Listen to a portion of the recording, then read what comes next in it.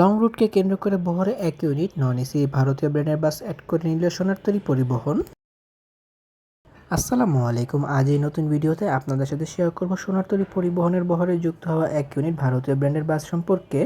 সম্পূর্ণ ভিডিও জুড়ে আমি আপনার সাথে রয়েছি শামীম আলম। সরাসরি সিলেট থেকে নওগাঁ রুটে সার্ভিস প্রদান করার ক্ষেত্রে সম্প্রতিকালে সোনারতরী পরিবহন তাদের বহরে যুক্ত করে নিয়েছে 1 ইউনিট ভারতীয় ব্র্যান্ডের নন এসি বাস।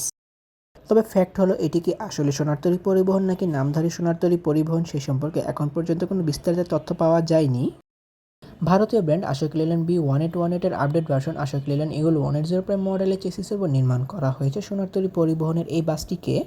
মূলত এই মডেলের চেসিসগুলোর উপর এসি বাস নির্মাণ করার ক্ষেত্রে বেশ পারফেক্ট একটি অপশন বাস মালিকদের জন্য। অসাধারণ ক্যাপসুল বডির এই বাসটি বডি নির্মাণকারী প্রতিষ্ঠান দেশেরই কেকে বডি বিল্ডার্স। ফ্রন্ট ও ব্যাকে লাক্সানা SR3 বাসের কাজের ব্যবহার করা হলো। ফ্রন্টে ব্যবহার করা হয়েছে LED এবং হ্যালোজেন হেডলাইটের ব্যবহার। বাসটির ব্যাকে ব্যবহার করা হয়েছে ক্লাসিক ক্যাপসুল বাসগুলোতে যেসব ধরনের টেললাইটগুলো ব্যবহার করা হয় সেগুলো এবং লাক্সানা বাসের ফেক বার লাইটের ব্যবহার। তাছাড়া বাসটিতে অসাধারণ পেইন্ট স্কিমে ব্যবহার করা হয়েছে, যেখানে কিন্তু সিলভার, ব্ল্যাক এবং রেড কালারের শেডের ব্যবহার করা হয়েছে হোয়াইট কালারের উপর বেস করে। আশোক লেল্যান্ড B1818 এর update version Ashok Leyland Eagle 180 Prime মডেলে এই বাসটির চেসিসে ব্যবহার করা হয়েছে এলিপ্যাথিক লিপ সাসপেনশনের ব্যবহার, যেখানে এই মডেলের চেসিসগুলোর সাথে কিন্তু এয়ার সাসপেনশনের ব্যবহার করা হয়ে থাকে। 180 হর্স পাওয়ার বিশিষ্ট একটি শক্তিশালী ইঞ্জিনের ব্যবহার করা হয় এই বাসটিতে। তবে শুধুমাত্র সৌন্দর্যতা বর্ধনের জন্য পাশাপাশি যাত্রীদেরকে আকর্ষণ করার ক্ষেত্রে এই বাসটিতে হিনো ব্র্যান্ডের লোগোগুলো ব্যবহার করা হয়েছে।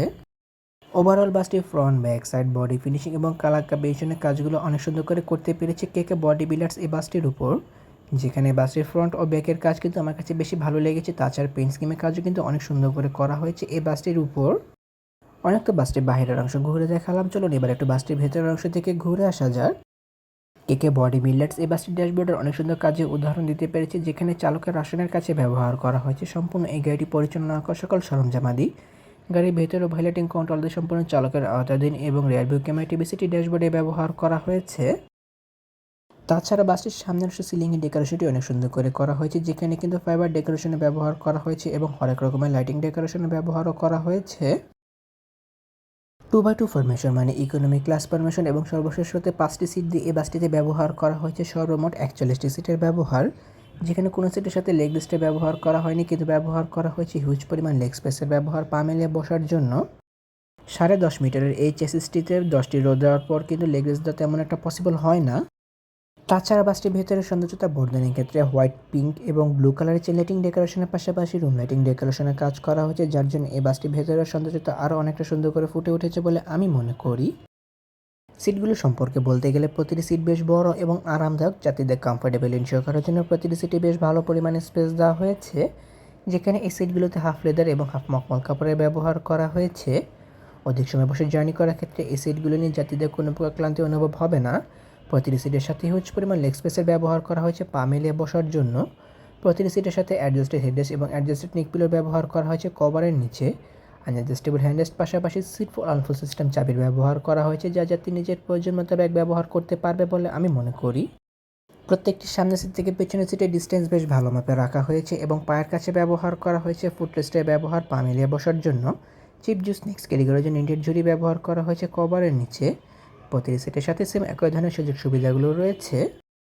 প্রতিটি সিটের মাথার উপর রিডিং লাইট এবং এসি কন্ট্রোলার ব্যবহার করা হয়েছে, যা যাত্রী নিজের প্রয়োজন মোতাবেক ব্যবহার করতে পারবে। নন এসি বাসে এসি কন্ট্রোলার ব্যবহার করা হয় সৌন্দর্যতা বর্ধনের জন্য। সোনারতরী পরিবহনের এই বাসগুলো বর্তমানে ঢাকা, বগুড়া, নওগাঁ, মৌলভীবাজার, সিলেট রুটে নিয়মিত সার্ভিস প্রদান করে চলেছে, যেখানে এই বাসটি সরাসরি বগুড়া, নওগাঁ থেকে ঢাকা হয়ে মৌলভীবাজার, সিলেট রুটে নিয়মিত সার্ভিস প্রদান করবে বলে জানা গিয়েছে। বাসটির অসাধারণ কাজের জন্য অবশ্যই প্রশংসার দাবিদার রাখে কেকে বডি বিল্ডার্স। বাসটির front, back side, body finishing এবং কালার কম্বিনেশনের কাজটি তারা অনেক সুন্দর করে করতে পেরেছে এই বাসটির উপর। বিশেষ করে এই বাসটির পেইন্ট স্কিম ও বাসটির ফ্রন্ট ও ব্যাকের কাজটি কিন্তু আমার কাছে বেশ ভালো লেগেছে। যারা আমার ভিডিওটি এখন পর্যন্ত দেখেছেন তারা অবশ্যই জানাবেন যে এই বাসটি কি আসলেও অরিজিনাল সোনারতরী পরিবহনের বাস নাকি নামধারী লোকাল সোনারতরী পরিবহনের বাস। তাহলে ভিউয়ার্স, ভিডিওটি কেমন লাগলো তো কমেন্ট করে কিন্তু অবশ্যই জানাবেন। যদি ভিডিওটি ভালো লেগে থাকে তবে অবশ্যই লাইক ও কমেন্ট করবেন এবং ভিডিও লিঙ্কটি আপনার বন্ধুদের সাথে শেয়ার করতে পারেন। এমনই কিছু ভিডিও পেতে কিংবা দেশের পরিবহন জগতের সকল তথ্য বিস্তারিত জানতে কিংবা নতুন বাসগুলো আপডেট সবার আগে পেতে অথবা ভ্রমণ সংক্রান্ত কোনো তথ্য জানতে আমার এই চ্যানেলটিকে সাবস্ক্রাইব করে পাশে থাকার অনুরোধ রইল। খুব শীঘ্রই ফিরছি নতুন কোনো ভিডিও নিয়ে, সেই প্রত্যাশা আজকের ভিডিও এখানে শেষ করছি। আল্লাহ হাফেজ।